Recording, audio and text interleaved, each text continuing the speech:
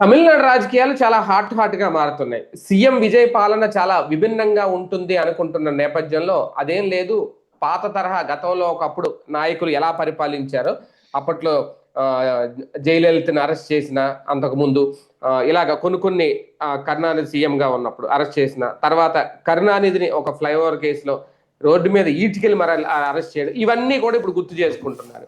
నిన్న ఉదయనిధి స్టాలిన్ వ్యవహారంలో ఇమీడియట్ గా నిర్ణయం తీసుకోవడం, ఆయన అరెస్ట్ చేసి జైల్లో పెట్టడం ఇదేం కొత్త కాదు. పాత రాజకీయాలే, భిన్నమైన రాజకీయాలు ఏమీ చెయ్యట్లేదు సీఎం విజయ్ అనేది. కాకపోతే ఆ పరిస్థితుల వల్ల ఇప్పుడు టీవీకే వర్సెస్ డిఎంకే అన్నట్టుగా సిచ్యువేషన్ ఒక్కసారిగా మారిపోయింది. అన్నా డిఎంకే కూడా కొంతమంది నాయకులు వీళ్ళకి అనుకూలంగా మాట్లాడడం ఇవన్నీ కూడా ఎలా ఉండబోతున్నాయి రాజకీయాలు, ఇదే అంశం మీద చర్చించే ప్రయత్నం చేద్దాం. సార్, ఒకటి, ఎవరు అధికారంలోకి వచ్చిన తమిళనాడులో ఏదో అంటారు కదా, పాత సీసాలో కొత్త నీరు తప్ప అంతకు మించి ఏమీ లేదని. నిన్న విషయంలో విజయ్ అలాగే ప్రవర్తించారు అని అనుకోవాలా? నేను ఆ మధ్యన ఒక సినిమా ఉంది, పేర్లు గుర్తులేవు కానీ 2-3 సినిమాల్లో కూడా హీరో ఒక బ్యాడ్ ఫ్యామిలీ నుంచి వచ్చి మంచోళ్ళు అవ్వడం, కానీ అతను మంచోడు కానియకుండా చేయడం లాంటివి కొన్ని ఉంటాయి. ఒక సినిమాలో హీరో మంచి పొజిషన్లో ఉన్నాడు, ఎదిగేటటువంటి, అంటే ఒక ఐపీఎస్ అధికారి కొడుకు అయి ఉంటాడు. తను ఐపీఎస్కి రెడీ అవుతుండగా అతని మీద చెడగొట్టడానికి విలను అతన్ని రెచ్చగొట్టి చివరికి అతను మర్డర్ చేసేలా చేసి క్రిమినల్గా మారుస్తాడు. ఇది ఒక సినిమా చూసా అప్పుడెప్పుడు, పేర్లు గుర్తులేవు కానీ నేను ఏదో యూట్యూబ్లోనే చూస్తా ఉండే సినిమాలు. ఇప్పుడు విజయ్ అనేటటువంటి వ్యక్తి ఎపొలిటికల్, రాజకీయాలకు అతీతుడు. అతని సినిమాలు ఏదో అతను చేసుకుంటాడు. ఆ సినిమాల్లో వచ్చిన అభిమానం ఆధారంగా ఆ అభిమానుల ఆలోచన జయలలిత తర్వాత తమిళనాడులో ఒక గ్యాప్ వచ్చేసింది ఆ ప్లేసు, కాబట్టి మీరైతే ఫిల్ చేయగలరు అని రజనీకాంత్ని అడిగారు, విజయ్ని అడిగారు.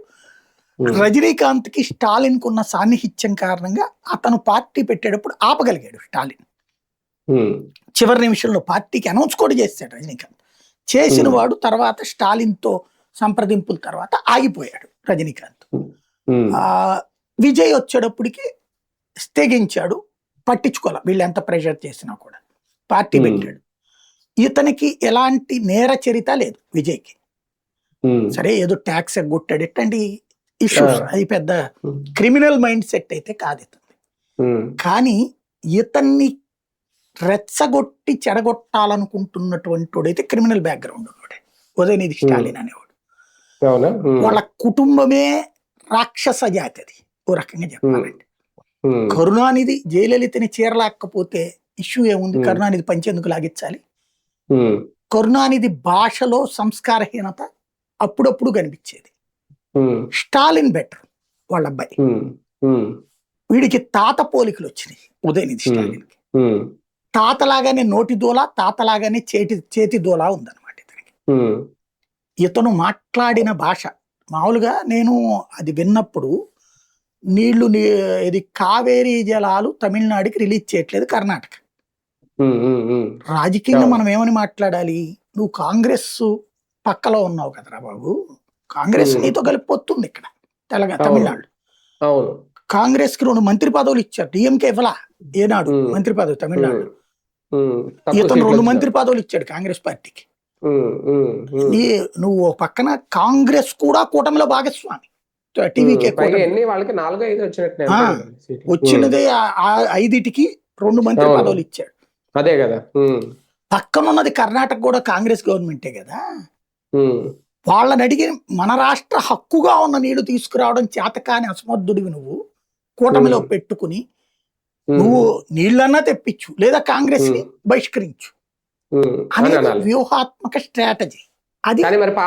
కానీ వీళ్ళకి పాత మిత్రుడు కదా కాంగ్రెస్.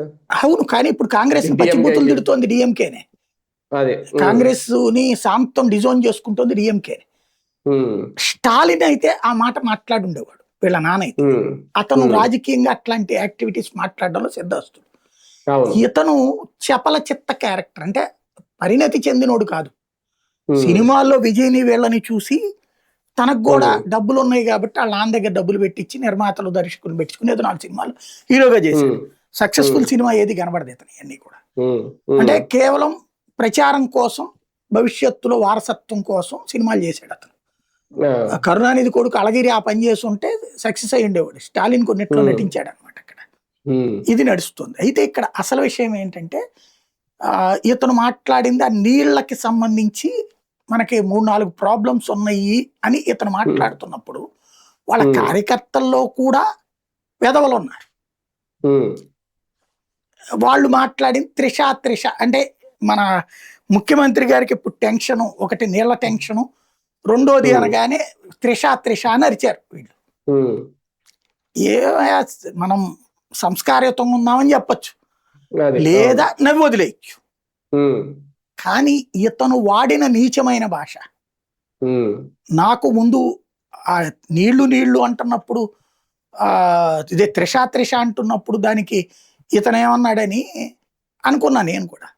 తర్వాత అక్కడ కింద వాళ్ళు మాట్లాడిన మాట, ఆ మాటకి ఇతను మాట్లాడిన మాటని ఒక తమిళనాడులో ఒక మనకి ఏది మన వీడియోస్ అవి ఫాలో అయ్యేటటువంటి ఒక మిత్రుడు తమిళనాడులో కూడా చదివి ఆ తర్వాత వేరే దేశంలో ఉంటున్నారు. అక్కడ కూడా సింగపూర్ లాంటి చోట్ల తమిళ్ బాగా తెలిసిన ఆయన అనమాట. ఆయన ఆ విషయాన్ని కట్ చేసి అర్థం ఏంటన్నది చెప్పిన తర్వాత నాకు అర్థమైంది. ముందైతే ఏంది ఇది త్రిష గురించి ఏమన్నాడని అతను బూతులేం మాట్లాడలేదు కదా అని అనుకున్నాను. తర్వాత ఆ ముక్క అంటే అతని నోట్లో నుంచి రాలా, కింద వాళ్ళ మాటకి అతను ఇచ్చినటువంటి సెటైర్ లో పచ్చి బూతుంది. ఏంటంటే మనకి కావేరి నీళ్లు రావు గాని త్రిషతో విజయ్కి ఉండే నీళ్లు వస్తాయని, అంటే పడక గదిని ఇక ఆ తర్వాత జరిగే దారుణమైనటువంటి వ్యవహారం పచ్చి బూతు ఆ కారు కూత కూసాడు అతను. ఇది సహజ సిద్ధంగా మనిషి అనేవాడికి ఎవరికైనా కసి వస్తుంది. Vijay cinema actor plus over sensitive కూడా. త్రిష నుంచి ప్రెషర్ కూడా వచ్చి ఉంటుంది. ప్రస్తుతం త్రిషతో అతను సహజీవనం అయితే కొనసాగుతుంది. అతను అమ్మాయి ఇంట్లోనే ఉండట్లేదు కానీ రోజు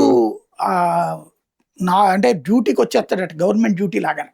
పొద్దున్నే 10 వస్తాడట సెక్రటేరియట్కి, సాయంత్రం 4:30 దాకా ఉంటాడట సెక్రటేరియట్లో ఉండి. త్రిష ఇంటికి వెళ్ళి 2:30 గంటలు అక్కడ ఉండి ఇంటికి తన దానికి పోతాడట.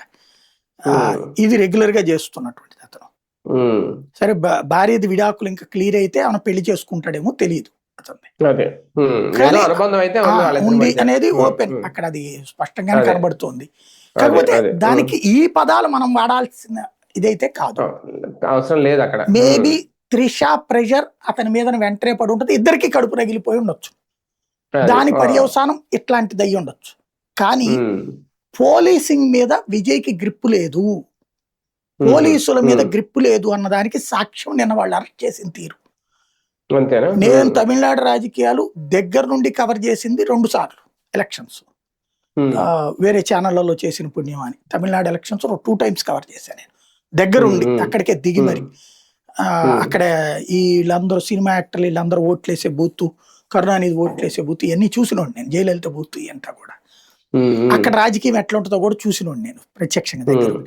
అక్కడ కనబడుతున్నటువంటి కాన్సెప్ట్ ఏమైపోయింది అంటే, ఇప్పుడు ఈ ఇతనికి ఉదయనిధి స్టాలిన్ వ్యవహార శైలి అంటే అక్కడ పోలీసింగ్ ఎట్లా ఉంటుందంటే ప్యూర్లీ డివైడ్. గత 60 ఏళ్ళు లెక్కేసుకోండి, 60 సంవత్సరాల నుంచి వీళ్ళు డిఎంకే పోలీస్, వీళ్ళు ఏఐఏడిఎంకే పోలీస్. డిఎంకే అధికారంలోకి రాగానే ఏఐఏడిఎంకే బ్యాచ్ అంతా లైమ్ లైట్ లోంచి పక్కెళ్ళిపోతారు. అదేది హోంగార్డులు ఉద్యోగాలు, హోంగార్డుల హెడ్ ఇట్లాంటి బయటికి వెళ్ళిపోతారు. మళ్ళీ వాళ్ళు రాగానే వీళ్ళు లైమ్ లైట్ లోకి వీళ్ళు పక్కెళ్ళిపోతారు.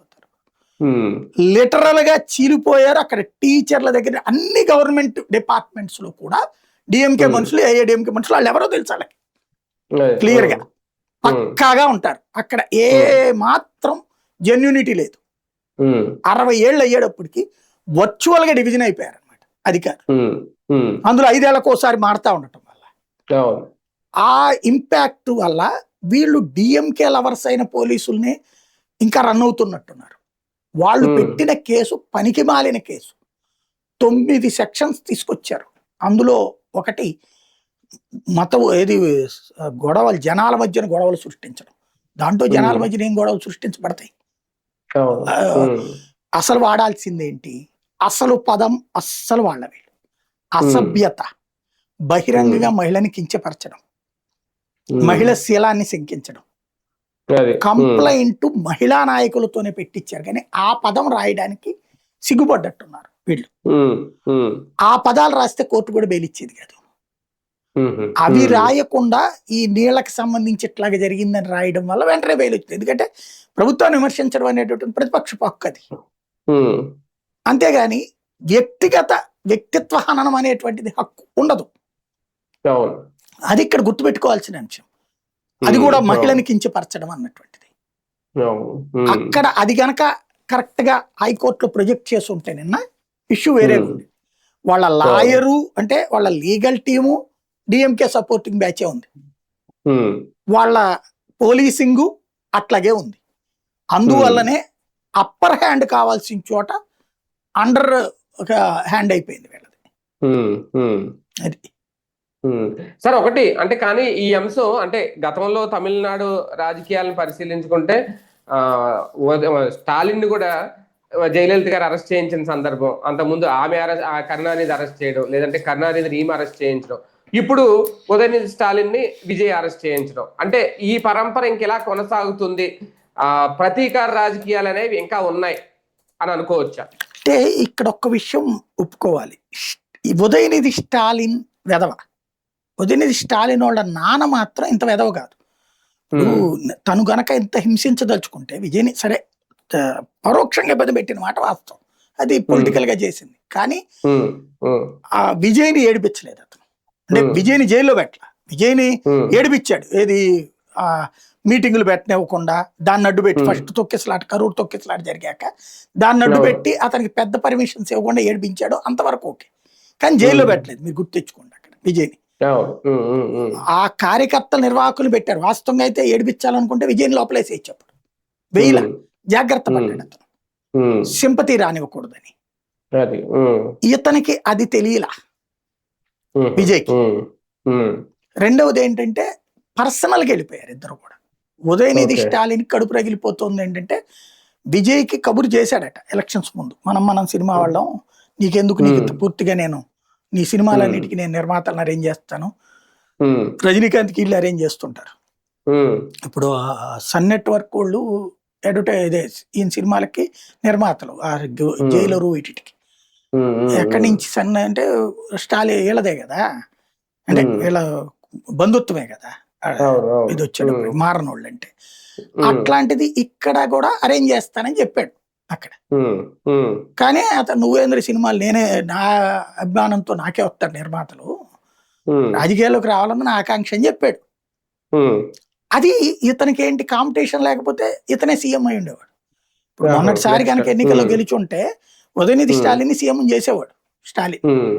ఎందుకంటే ఆల్రెడీ ముఖ్యమంత్రిగా పెట్టాడు, వర్కింగ్ ప్రెసిడెంట్ గా కూడా పెట్టాడు కదా ఇతన్ని.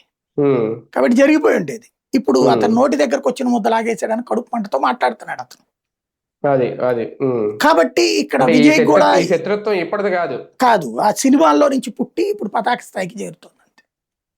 అది సీఎం అయిన తర్వాత, విజయ్ సీఎం అయిన తర్వాత ఇంకా పెరిగింది, తట్టుకోలేకపోతున్నాడు అతను.